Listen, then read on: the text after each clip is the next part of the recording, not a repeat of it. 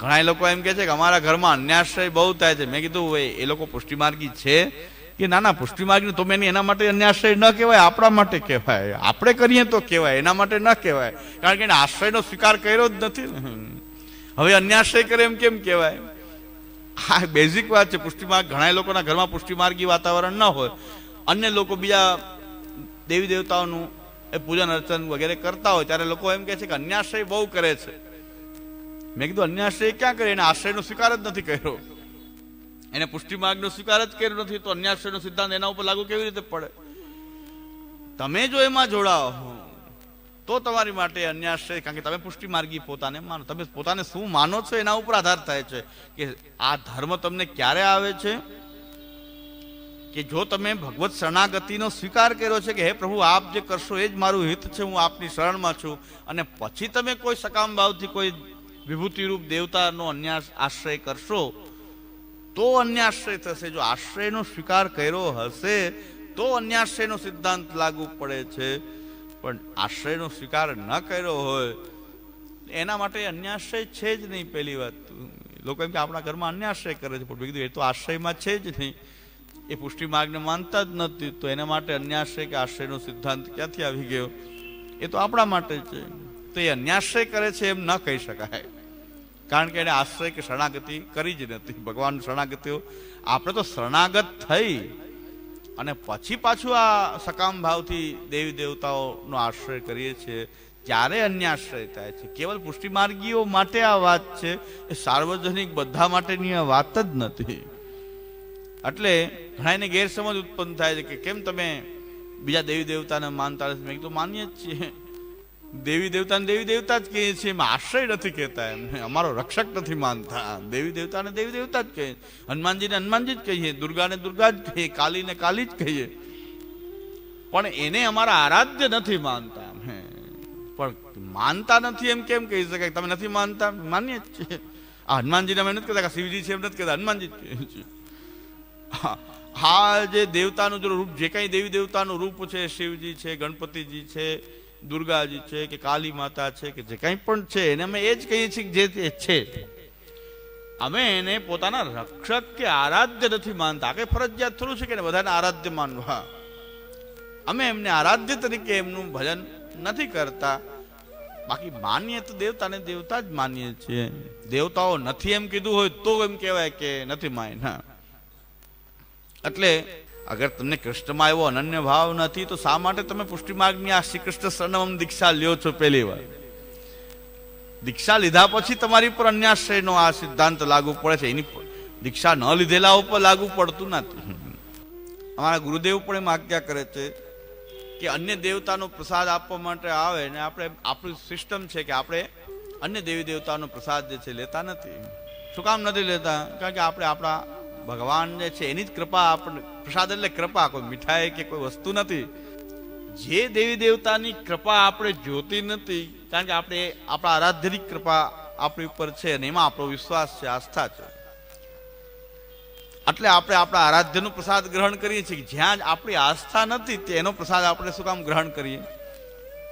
જ્યાં આપણે એમને આરાધ્ય નથી માનતા એનો પ્રસાદ આપણે ગ્રહણ, કારણ કે એની કૃપા આપણી ઉપર રહે એવું આપણે ઈચ્છતા નથી, કારણ કે આપણે તો આપણા આરાધ્યની કૃપા ઈચ્છીએ છીએ આપણે. એટલે કોઈ દેવી દેવતાનો પ્રસાદ આપવામાં આપણે એમ કહે છે કે તમે શું દેવી દેવતા નથી માનતા, કારણ પ્રસાદ નથી લેતા, શું દેવતા નથી માનતા? ત્યારે અમારા ગુરુદેવ કીધું કે હું દેવી દેવતાને માનીએ છીએ એટલે જ તો પ્રસાદ નથી લેતા. અમે માનીએ છીએ કે આ દેવી દેવતાએ આરોગેલું જ છે અને એ દેવતાનો એ પ્રસાદ જ છે, એ દેવતાનો પ્રસાદ છે એટલે જ નથી લેતા. એટલે અમે માનીએ જ છીએ, અને અમે દેવતાનું એ માનીએ છીએ એટલે અમે એનો પ્રસાદ નથી લેતા. અમને એમ હોત કે દેવતાએ આરોગ્યું નથી તો અમને લેવામાં વાંધો નહોતો, તો અમે માનીએ છીએ કે દેવતા આરોગ્ય છે, એને ગ્રહણ કરેલું છે, એમનો આ પ્રસાદ જ છે, એટલે અમે દેવતાને પણ માનીએ છીએ, એના પ્રસાદને પણ માનીએ છીએ, પણ અમે અમારા આરાધ્યના પ્રસાદને જ ગ્રહણ કરીએ છીએ, કારણ કે એની કૃપા અમારી ઉપર રહે એવું અમે ઈચ્છીએ છીએ. આ દેવતાની કૃપા અમે ઈચ્છતા નથી. તો પ્રસાદ તો એમની કૃપાનું પ્રતીક છે ને. આપણા ઠાકોરજીનો પ્રસાદ એટલે શું? કોઈ મીઠાઈ વસ્તુ નથી, પ્રસાદ એટલે કૃપા છે. અને એ આપણો ભગવત શરણાગતિનો આ સિદ્ધાંત જ છે કે અમે એક જ પોતાના આરાધ્યમાં અનન્ય મનવાળા થવા ઈચ્છીએ છીએ, અને એ આરાધ્ય પાસેથી પણ અમારું લૌકિક રીતે અમારું બધું કામ સિદ્ધ થાય એટલા માટે અમે મારા આરાધ્ય પાસે પણ યાચના ન કરીએ, દેવી દેવતા પાસે શું કામ કરીએ? આપણા માર્ગની આ મહાન વિશેષતા છે. એટલે આમાં બહુ બધાય ચાલી શકે એમ નથી. બહુ ઓછા લોકો જ પુષ્ટિ માર્ગમાં જે પ્રભુએ જેનું વર્ણન કરેલું હોય એ જ આમાં રહી શકે છે. અન્યત્ર બધા લોકો આમાં કેવી રીતે રહી શકે? કારણ કે બધાની અંદર લૌકિક કામનાઓ ભરેલી છે. અત્યારે આ સનાતન ધર્મની અંદર આપ સકામ ભાવના સિવાય કાંઈ આપણે મોટા ભાગે બધે જ કોઈ પણની આરાધના કરે, કોઈ પણ ધર્મ કાર્ય કરે, બસ એને એમાંથી લૌકિક સિદ્ધિ, લૌકિક કામનાઓની સિદ્ધિ કેમ થાય, બસ ધર્મનો ઉપયોગ એટલો જ રહી ગયો છે. ધર્મનો ઉપયોગ જે છે એટલો જ રહી ગયો છે કે લૌકિક આપણી જે કામનાઓ જે છે એની તૃપ્તિ કેમ થાય.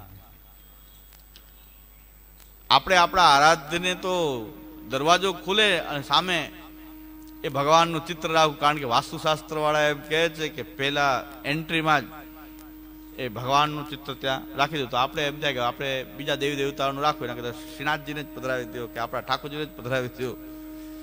વાત કોણ કહી રહ્યું છે? વાસ્તુશાસ્ત્ર વાળા કહી રહ્યા છે. એનાથી કંઈક તમારું કંઈક ઘરમાં રિદ્ધિ સિદ્ધિ બની લીધી એવી જ તમારી કામના છે. એના માટે તમે શું કરી રહ્યા છો કે આપણે આપણા ઠાકોરજીના ચિત્રને પણ બહાર એન્ટ્રીમાં મૂકવા તૈયાર થઈ ગયા છે. હકીકતમાં તો જ્યાં ઉત્તમોત્તમ સ્થાન હોય કે આપણા દરબારની જેમ આપણા પ્રભુને ત્યાં પધરાવી દેવા, એ કોઈ આરાધના નથી કે કોઈ પ્રભુ પ્રત્યેનો આપણો કોઈ ભાવ, સન્માનનો ભાવ નથી. કે જ્યાં આપણા પ્રભુનું સારી રીતે સારામાં સારું સ્થાન હોય ત્યાં આપણા ઠાકોરજીના કે આપણા પ્રભુના ચિત્ર પધરાવવામાં આવે, નહીં કે જ્યાં ત્યાં. સનાતન ધર્મની અંદર અત્યારે લોકો કચરો ન નાખે એટલે અહીંયા હનુમાનજી બેસાડી દે. તો હનુમાનજીનો ઉપયોગ ક્યાં થયો? કચરા હટાવવા તરીકે. હનુમાનજી જેવા મહાન ભક્તનો ઉપયોગ કચરો ન કોઈ નાખે એટલા માટે ત્યાં હનુમાનજી બેસાડી દેવામાં આવે. ત્યાં દેવી દેવતાઓના ચિત્ર પધરાવીને કોઈ થૂકે નહીં. આ ઉપયોગ કરી રહ્યા છીએ. આપણા બધા જ દેવી દેવતાઓનો ઉપયોગ પણ આવો થઈ રહ્યો છે કે જ્યાં કોઈ થૂકે નહીં એટલા માટે કઈ ચિત્ર રાખી દઈએ. અરે ભાઈ, જે ભગવાનના ચિત્ર કે મૂર્તિ વગેરે છે એ આરાધના, પૂજા, અર્ચના, દર્શન આદિ માટે હોય છે, નહીં કે કંઈ કચરા દૂર કરવા માટે, કોઈ થૂકે નહીં એટલા માટે. આવો જે આપણા સનાતન ધર્મીઓનો જે હ્રાસ થયો છે એ આ પ્રકારનો થયો છે કે જ્યાં આપણે લૌકિક પ્રધાનતા સિવાય હવે કઈ ધર્મનો ઉપયોગ બીજો કઈ બચ્યો જ ન હોય એવી સ્થિતિ ઉત્પન્ન થઈ છે. પણ પુષ્ટિમાર્ગીઓએ ક્યારેય આપણા પ્રભુનો ઉપયોગ પણ ઠાકુરજી માટે પણ કંઈક લૌકિક કામનાની તૃપ્તિ આપણે ઈચ્છતા નથી. જેમ કાલે વાત કરી કે પ્રધાનમંત્રીને આપણે એમ નથી કહેતા કે ભાઈ ગટર મારી ભરાઈ ગઈ છે. આ બધા જેટલી આપણી કામનાઓ છે ને બધી ગટરો જ ભરાયેલી છે. આ બધી અહંતા મમતાની આ બધી ગંદકી જ ભરાયેલી છે. એ દૂર કરવા માટે આપણે ભગવાનને એ વિનંતી કરતા નથી, શ્રમ આપતા નથી. એ તો અનંત કોટી બ્રહ્માંડનો નાયક છે. પ્રધાનમંત્રી તો કાંઈ નહીં. એ પાછા 5 વર્ષ પછી કાંઈ ન હોય. 5 વર્ષનું શાસન છે, 5 વર્ષ પછી પાછું એ હોય પણ એ સ્થિતિમાં પણ ન હોય. આ તો અનંત કોટી બ્રહ્માંડનો નાયક છે. એની માટે આપણી આ બધી અહંતા મમતાની અંદર જે ભરાયેલી જે ગટરો જ ભરાયેલી છે આપણા હૃદયમાં, અને એ પાછી આપણે પ્રભુને કહીએ છીએ કે આ દૂર કરી દો, મારું આ કામ કરી દો, આ કામ કરી દો. આપણે પ્રભુ પાસે પણ જો એમ કરશું તો પણ શરણાગતિનો ભંગ જ માનવામાં આવશે. સકામ ભાવથી જો ભગવાન શ્રી કૃષ્ણના નામનો જપ કરવામાં આવે, શ્રી કૃષ્ણ શરણમમાં કહેવામાં આવે, કે પછી કંઈક યાચના કરવામાં આવે પ્રભુ પાસેથી કે પ્રભુ મારું આ કામ દૂર કરી દો, આ કામ કરી દો, આ દુઃખ દૂર કરી દો, એ પણ આપણે ત્યાં અન્યાશ્રય માનવામાં આવે છે. એટલે બે વસ્તુ, દેવી દેવતાઓનો જ ખાલી આપણે ત્યાં એમને પાસે કંઈક લૌકિક કામના કે સકામ ભાવથી એમનું ભજન કરવું અન્યાશ્રય છે એવું નહીં. જ્યારે શ્રી કૃષ્ણ પાસે પણ જ્યારે લૌકિક વસ્તુ, લોક સંબંધી વસ્તુઓ જ્યારે ભગવાન પાસેથી પણ આપણે જો યાચના કરશું ત્યારે પણ આપણને એ જ અન્યાશ્રયનો દોષ લાગે છે. શ્રી કૃષ્ણ શરણમમાં કહીએ કે પછી ભગવાન ગિરિરાજજીની માનતા કરીએ કે શ્રીનાથજીની માનતા કરીએ, એ જ અન્યાશ્રયનો દોષ પાછો ત્યાં લાગી રહ્યો છે. ઠાકુરજી કરતા ગિરિરાજજી આપણા માર્ગમાં શા માટે બહુ ફેમસ થઈ રહ્યા છે? કે ગિરિરાજજી પાસે માનતા કરી શકાય એવું આપણે માનીએ છીએ, પણ હકીકતમાં એ પણ પુષ્ટિ માર્ગના સિદ્ધાંતથી એ પાછો અન્યાશ્રય જ ગણાશે. જો ગિરિરાજજી પાસે પણ કંઈ માંગવામાં આવશે તો, એટલે હવેલીઓમાં ખાલી ઠાકોરજીથી કામ નથી ચાલતું, પાછા ગિરિરાજજી બનાવવા જ પડે છે. બધા એની પરિક્રમા દે, હે દૂધ ચડાવે ને, એની માટે હવેલીઓમાં હવે ખાલી ઠાકોરજીથી કામ ન ચાલે, એની પાસે ગિરિરાજજી પણ રાખવા જ પડે છે. અને એ ગિરિરાજજીની પણ એ બધા ગિરિરાજજીના પથ્થરો બધા રાખીને એને ગિરિરાજજી કહેવામાં આવે, પથ્થરો સજાવટ કરી અને ગિરિરાજજી એને કહી દેવામાં આવે. તો એ પ્રકારથી અન્યાશ્રયનો સિદ્ધાંત એટલો બારીક અને સૂક્ષ્મ છે કે ભગવાન શ્રી કૃષ્ણ એમની પાસે પણ જ્યારે આપણે લૌકિક વસ્તુની કામના કરીએ છીએ ત્યારે અન્યાશ્રયનો જ દોષ લાગે છે. ત્યાં કારણ કે ભગવાન શ્રી કૃષ્ણનું જે આધિદૈવિક જે રૂપ, પરમ તત્વ પરબ્રહ્મ પરમાત્માનું જે રૂપ, પુરુષોત્તમનું જે રૂપ જે છે, એ જ્યારે તમે એમને ભક્તિ ભાવથી ભજો છો ત્યારે જ પ્રકટ થાય છે. શ્રી કૃષ્ણ ક્યારે પ્રકટ થાય છે? કે જ્યારે કેવલ ભક્તિ ભાવથી ભજવામાં આવે. ભગવાન ગીતાજીમાં પણ આજ્ઞા કરે છે કે ભક્ત્યા અહમ એકયા ગ્રાહ્ય અહમ એવમ વિદ અર્જુન જ્ઞાતુમ દ્રષ્ટુમ ચ તત્વેન પ્રવેષ્ટુમ ચ પરમ તપ. ભક્ત્યા અહમ એકયા ગ્રાહ્ય, એક ભક્તિથી જ હું ગ્રાહ્ય છું. એટલે પુરુષોત્તમનું જે રૂપ જે છે, કારણ કે આપણે પહેલા જ કહ્યું છે કે એની અખંડતા અને પૂર્ણતા સાથે ભક્તોની વચ્ચે ભક્તોના ઉદ્ધારાર્થ પ્રકટ થાય ત્યારે શ્રી કૃષ્ણ કહેવાય. તો કૃષ્ણ તો એટલા માટે પોતાની પૂર્ણતા લઈને આવી રહ્યા છે, ભક્તોના સુખદાના અર્થ, ભક્તોને પોતાના સ્વરૂપનું દાન કરવા અર્થ. જ્યારે આપણે પાછા લૌકિક એ કૃષ્ણ આપણી સામે પ્રકટ થઈ ગયા પૂર્ણ રૂપથી, અને આપણે કહીએ છીએ કે મારો આ ધંધો સારો ચાલે, ભગવાન કહે છે પૂરું થઈ ગયું, રસાભાસ થઈ ગયો, હું તો પોતાના સ્વરૂપનું દાન કરવા આવ્યો હતો, આને તો ખાલી ધંધો જ જોઈએ છે, હું નથી જોતું, ખોટી જગ્યાએ રોંગ નંબર લાગી ગયો. તો ભગવાન કહે છે કે આ રૂપને મારું તિરોહિત કરી દઉં, કે આ મારું આ રૂપ પ્રકટ કરવાનું નથી, કારણ કે આને તો ખાલી ધંધા સારો ચાલે એટલી જ કામના છે. એટલે એ તો મારા કોઈ અંશ રૂપ વિભૂતિઓથી આ કામ તો થઈ શકે છે, મારી આમાં જરૂર નથી. એ તો અંશરૂપ મારી જે વિભૂતિરૂપ લક્ષ્મી દેવતા છે એમનાથી. કારણ કે સંસ્કૃતમાં દેવતા શબ્દ જે સ્ત્રીલિંગ છે, આપણે દેવી ગુજરાતીમાં દેવી સ્ત્રીલિંગ, દેવતા પુલિંગ તરીકે વાપરતા હોઈએ છીએ, પણ સંસ્કૃતમાં દેવતા શબ્દ જે છે એ પોતે સ્ત્રીલિંગ છે. એટલે લક્ષ્મી દેવતા એમ પણ કહી શકાય, સંસ્કૃતમાં કહી શકાય છે. ગુજરાતીમાં લક્ષ્મી દેવતા કેમ બોલે છે, કંઈક ભૂલ કરે છે, તો ગુજરાતીમાં એ દેવી, પણ સંસ્કૃતમાં દેવતા પોતે સ્ત્રીલિંગ શબ્દ છે.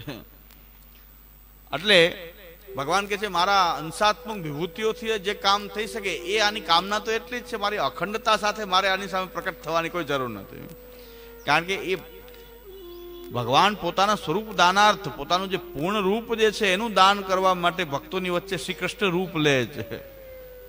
અને જ્યારે આપણે એ લૌકિક કામના એ પૂર્ણ રૂપ આપણી સામે પ્રકટ થયું અને એની સામે આપણે જ્યારે લૌકિક કામના કરી રહ્યા છીએ, કંઈક લૌકિક વસ્તુની કામના જ ઈચ્છી રહ્યા છીએ, ત્યારે ભગવાન કહે છે કે આને તો ખાલી દેવતાના રૂપથી જ સંતોષ છે, એને પૂર્ણ રૂપની આવશ્યકતા જ નથી. એટલે ભગવાન પોતાનું પૂર્ણ રૂપ જે છે ત્યાં તિરોહિત કરી દે છે.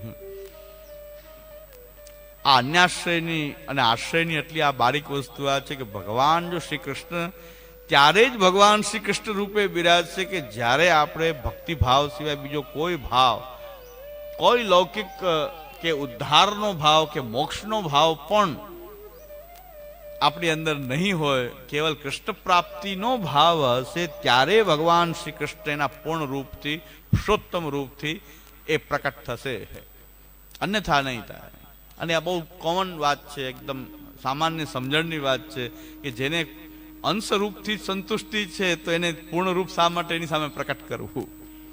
એને અંશમાં જ સંતોષ થઈ ગયો છે કે મારા ભાઈ લૌકિક કામ મારું સિદ્ધ થઈ, એટલું જ કામ શ્રી કૃષ્ણનું છે, બાકી કૃષ્ણનું એટલું બધું કાંઈ બીજું કાંઈ કામ છે નહીં.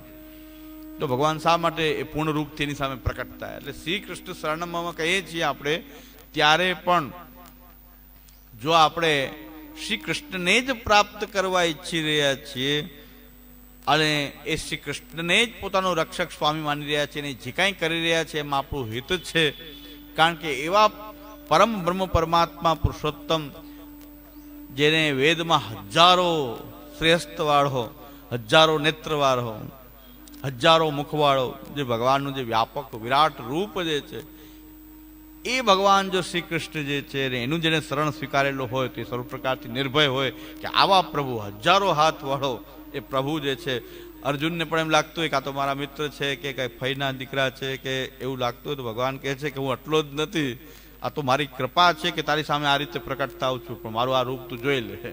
તો ભગવાને પોતાનું વિશ્વરૂપ દર્શન પણ બતાવ્યું અર્જુનને કે હું આ પણ છું, આ જ છું એમ નહીં, પણ આ પણ હું જ છું. ખાલી એટલો જ છું એમ નહીં, આ તો એક વિરાટ પુરુષ છે. આવા કોટી વિરાટ પુરુષ જે છે એ ભગવાન શ્રી કૃષ્ણમાં સમાહિત છે. એક વિરાટ પુરુષ નથી, કોટી, અનંત કોટી બ્રહ્માંડ, જેટલા બ્રહ્માંડ એટલા બ્રહ્માંડાભિમાની વિરાટ. આ અનંત આવું મહાત્મ્ય જો ભગવાન શ્રી કૃષ્ણનું છે ને આપણે એમ કહે છે કે મારો ધંધો ચાલે, ત્યારે ભગવાન કે ઓ મારું આટલું મોટું સામર્થ્ય ને આને જોઈએ છે ખાલી એટલું જ, આનાથી સંતુષ્ટ છે કે ધંધો સારો ચાલે, 2-5 કરોડ મળી જાય, બસ આ તો 2-5 કરોડમાં સંતુષ્ટ છે. અને આ તો અનંત કોટી બ્રહ્માંડનો આવો જે નાયક ભગવાન કે છે હું તો આખો તને પ્રાપ્ત થઈ જાઉં એવું ઈચ્છતો હતો, એટલે પ્રકટ થઈ ગયો હતો કે હું જ તને પ્રાપ્ત થાઉં. તું તો એમ કહે છે 2-5 કરોડ બસ મળી જાય તો ઘણું સારું થઈ ગયું. ભગવાન કહે છે તો અહીં મારા પોતાના પૂર્ણ રૂપની આવશ્યકતા જ નથી, એટલે ભગવાન પોતાનું દેવતા રૂપ ત્યાં પ્રકટ રાખી અને પોતાનું પૂર્ણ રૂપને તિરોહિત કરે છે. એટલે હવે દેવતા રૂપનો આશ્રય પાછો અન્ય આશ્રય છે. આ આપણો શરણાગતિની મહત્તા આપણી એ છે કે જો શરણાગતિનો ભાવ ખંડિત થયો તો પછી આના દુષ્પરિણામ એ ઉત્પન્ન થશે કે ભગવાન શ્રી કૃષ્ણ પણ દેવતા રૂપે જ ત્યાં બિરાજશે, વિભૂતિ રૂપે બિરાજશે, એના પૂર્ણ રૂપને એ પ્રકટ નહીં કરે.